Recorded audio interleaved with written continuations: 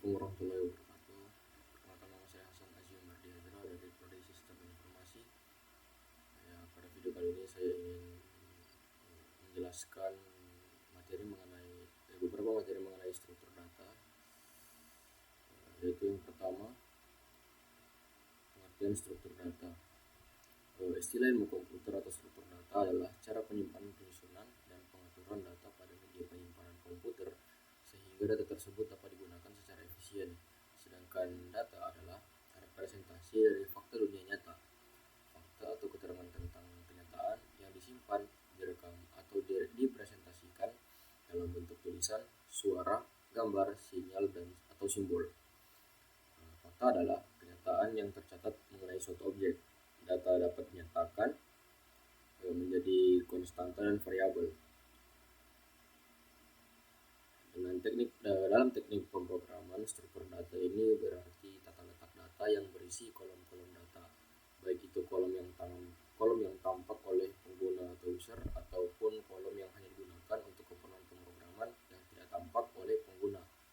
Setiap baris dari kumpulan kolom-kolom tersebut dinamakan catatan atau record. Lebar kolom untuk data dapat berubah dan bervariasi. Terdapat kolom yang lebarnya berubah secara dinamis sesuai masukan dari pengguna, dan juga terdapat kolom yang lebarnya konstan atau tetap. Dengan sifat ini, sebuah struktur data dapat diterapkan untuk pengolahan database. Misalnya untuk keperluan keuangan atau untuk pengolah kata, atau biasa juga disebut oleh word processor yang kolomnya berubah secara dinamis. Contoh struktur data dapat dilihat pada berkas-berkas lembar sebar atau spreadsheet yang biasa digunakan untuk mengelola data. Pangkal data atau database, pengolahan kata, citra yang dipampat atau dikompres, serta pemampatan berkas dengan teknik tertentu yang memanfaatkan struktur data. Struktur adalah komposisi atau susunan yang teratur, bertahap, sedangkan data merupakan informasi yang telah diolah. Maka definisi struktur data ialah komposisi dan susunan teratur dari data. Dalam hal ini, data dapat diartikan sebagai data secara umum seperti di atas, atau data dalam bidang pemrograman komputer. Struktur data adalah cara penyimpanan, penyusunan, serta pengaturan data di dalam media penyimpanan komputer sehingga data tersebut dapat digunakan secara efisien. Kemudian struktur data meliputi struktur data sederhana, contohnya yaitu array dan record. Kemudian ada struktur data majemuk yang terdiri dari linear, start, queue atau antrian, serta list dan multilist. Kemudian terdapat non-linear, yaitu pohon biner dan grafik. Pemakaian struktur data yang tepat di dalam proses pemrograman akan menghasilkan algoritma yang lebih jelas dan tepat, sehingga menjadikan program secara keseluruhan lebih efisien dalam penggunaannya serta sederhana.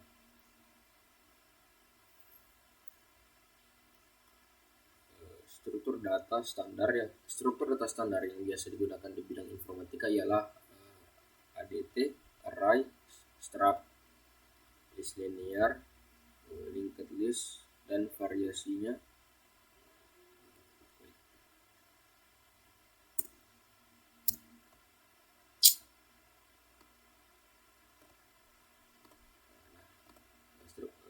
Struktur data standar yang biasanya digunakan di bidang informatika ialah ADT, array, struct, kemudian ada list linear atau linked list beserta variasinya. Kemudian terdapat stack atau tumpukan, queue atau antrian, tree yaitu pohon, graph yaitu grafik. Kemudian untuk proses pembuatan struktur data, untuk membuat menjadi struktur data, kita harus melakukan dulu aktivitas terhadap objek data. Di antaranya yaitu yang pertama, mendeskripsikan kumpulan operasi sah yang diterapkan ke elemen-elemen objek data. Selanjutnya yaitu menunjukkan mekanisme kerja operasi-operasi. Objek data integer ditambah operasi seperti ini, plus, minus, kali, bagi, mod, cell, dan floor, serta operasi-operasi lain yang dapat memanipulasi objek data integer yang menyatakan struktur data. Struktur data disebut objek data yang ditambahkan oleh operasi manipulasi. Tambahan struktur data ialah selanjutnya yaitu tambahan pembuatan struktur data yang terdiri dari tahap pertama yaitu spesifikasi, yang dimana dilakukan pendeskripsian atau spesifikasi struktur data menyatakan apa yang dapat dilakukan struktur data, bukan melalui cara penerapannya. Pendeskripsian ini melibatkan level logika sehingga dapat digunakan konvensi matematika untuk menyatakan sifat-sifat struktur data yang dikehendaki atau yang ingin digunakan. Kemudian yaitu spesifikasi dapat dilakukan dengan dua cara, yaitu spesifikasi formal dan informal. Selanjutnya tahap kedua yaitu implementasi.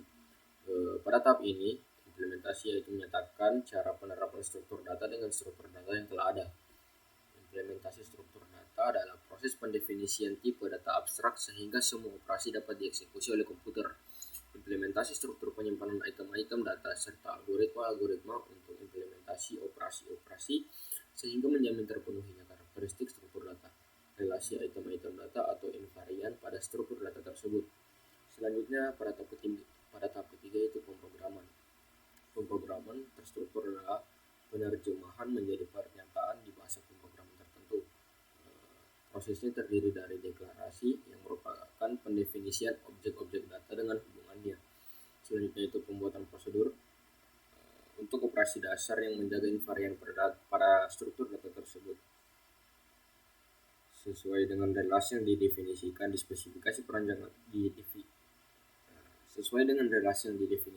spesifikasi perancangan harus memilih tipe-tipe data yang telah ada untuk merepresentasikan struktur data. Struktur data dibangun menggunakan fasilitas pembentukan atau pembuatan struktur data yang disediakan bahasa seperti array, record, dan sebagainya, atau yang telah dibuat seperti stack, queue, atau himpunan menggunakan linked list. Pembuatan struktur data adalah pembentukan tipe data lengkap yang mempunyai 4 properly sebagai berikut. Yang pertama yaitu nama, kedua domain, ketiga konstanta, dan yang terakhir yaitu operasi-operasi terhadap tipe data tersebut atau biasa disebut dengan operator. Selanjutnya yaitu array. Pengertian dari array yaitu larik yang didefinisikan sebagai pemesanan alokasi memori berurutan. Definisi itu pengertian array atau larik didefinisikan sebagai pemesanan alokasi memori berurutan. Definisi ini kurang tepat ya, karena terjadi kerancuan antara struktur data dan representasinya. Memang benar array hampir selalu diimplementasikan menggunakan memori berurutan, tapi tidak selalu demikian karena semua elemen array bertipe sama.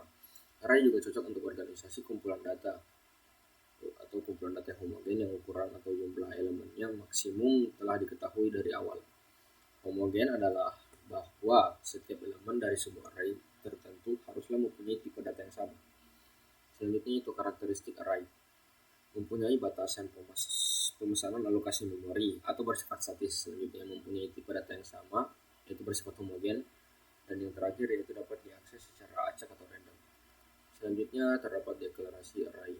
Ada 3 hal yang harus diketahui dalam mendeklarasikan array, yaitu tipe data array, nama variabel, serta subscript atau indeksnya. Selanjutnya itu operasi dasar pada array. Operasi terhadap elemen di array dilakukan dengan pengaksesan langsung. Nilai di masing-masing posisi elemen dapat diambil dan dinilai dapat disimpan tanpa melewati posisi-posisi lain. Terdapat 2 tipe operasi, yaitu operasi terhadap satu elemen, yang kedua itu operasi terhadap array sebagai keseluruhan. 2 operasi yang paling dasar terhadap satu elemen posisi adalah penyimpanan nilai elemen ke posisi tertentu dalam array. Yang selanjutnya itu pengambilan nilai elemen dari posisi tertentu dalam array. Operasi-operasi dasar terhadap array secara keseluruhan adalah operasi penciptaan, operasi penghancuran, operasi pemrosesan transversal, operasi pencarian, serta operasi sorting atau pengurutan. Selanjutnya itu penciptaan dan penghancuran. Operasi penciptaan biasanya disebut inisialisasi. Operasi ini untuk mempersiapkan struktur data untuk operasi-operasi berikutnya. Operasi penghancuran menyatakan ketidakberlakuannya sebuah struktur data atau membebaskan memori, menyerahkan memori ke manajemen memori agar dapat dipergunakan keperluan lain. Operasi penghancuran penting terutama bila struktur data diimplementasikan secara dinamis menggunakan pointer. Selanjutnya itu penyimpanan dan pengambilan nilai.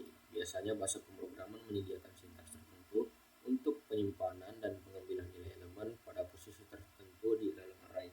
Contohnya variabel A yang memiliki array 10 yang sebenarnya 78, berarti penyimpanan nilai 78 ke posisi 10 atau ke indeks 10 dari array A.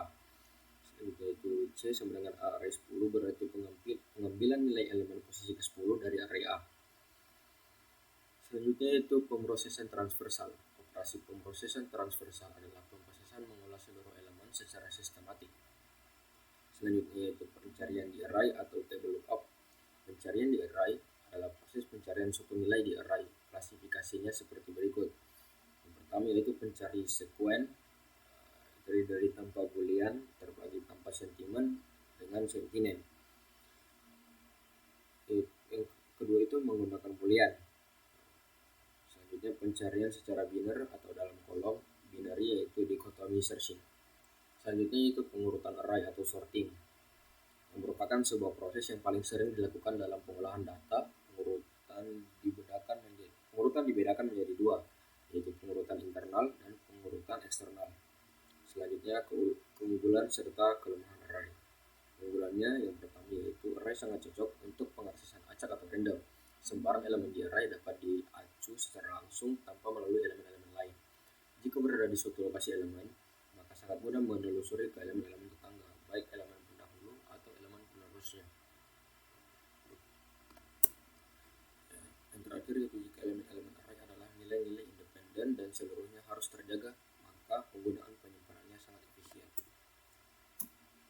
Selanjutnya yaitu kelemahan array, yaitu yang pertama array harus bertipe homogen.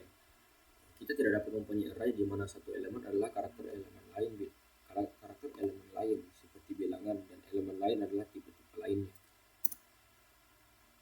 Yang kedua yaitu kebanyakan bahasa pemrograman mengimplementasikan array statik yang sulit diubah ukurannya di waktu eksekusi.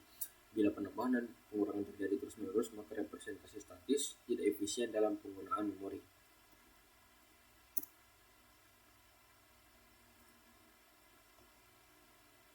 Menyanyiakan banyak waktu komputasi pada suatu aplikasi, representasi statis tidak dimungkinkan. Bila penambahan dan pengurangan terus terjadi terus-menerus, maka representasi statis dibagi menjadi tiga, yaitu tidak efisien dalam penggunaan memori, menyanyiakan banyak waktu. Ini tadi sudah diulang ya. Langsung saya lanjut saja. Selanjutnya yaitu linked list. Linked list merupakan struktur data yang terdiri dari urutan data linear yang dihubungkan satu sama lain. Saat menggunakan tipe linked list, Anda harus mengakses data secara manual. Hal ini karena Anda tidak dapat mencari data dengan sistem random atau acak. Tipe linked list terbagi menjadi tiga jenis, yaitu single linked list, double linked list, dan circular linked list. Ketiganya dapat dibedakan dari proses transversal atau proses kunjungan ke setiap node dalam satu waktu.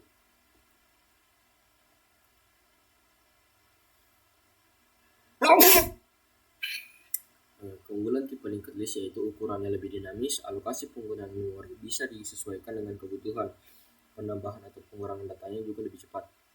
Kekurangannya yaitu menguras memori yang lebih besar, tidak dapat diubah ke node sebelum reverse transversal, kecuali pada jenis double linked list. Proses transversal lebih panjang karena tidak langsung mengakses data dengan indeks. Selanjutnya yaitu stack. Stack adalah tipe struktur data yang linear dan mengikuti urutan tertentu. Adapun urutan yang digunakan yaitu LIFO atau last in first out dan FILO, first in last out. Kedua istilah tersebut artinya sama, yaitu data yang terakhir masuk akan menjadi data yang keluar pertama kali dan sebaliknya. Keunggulan tipe stack yaitu dapat mengolah data secara efisien, dapat membersihkan objek secara otomatis, dapat mengontrol memori dengan mandiri. Kekurangannya, kapasitas memori yang sangat terbatas, kemungkinan terjadi overflow ketika jumlah objek terlalu banyak, serta tidak dapat mengakses data secara random. Selanjutnya yaitu queue atau antrian, yang merupakan tipe struktur data linear yang mengikuti urutan tertentu, yaitu FIFO, first in first out. Jadi data yang masuk pertama kali adalah data yang pertama kali diambil. Analogi sederhananya yang menggambarkan tipe ini adalah orang yang sedang mengantri.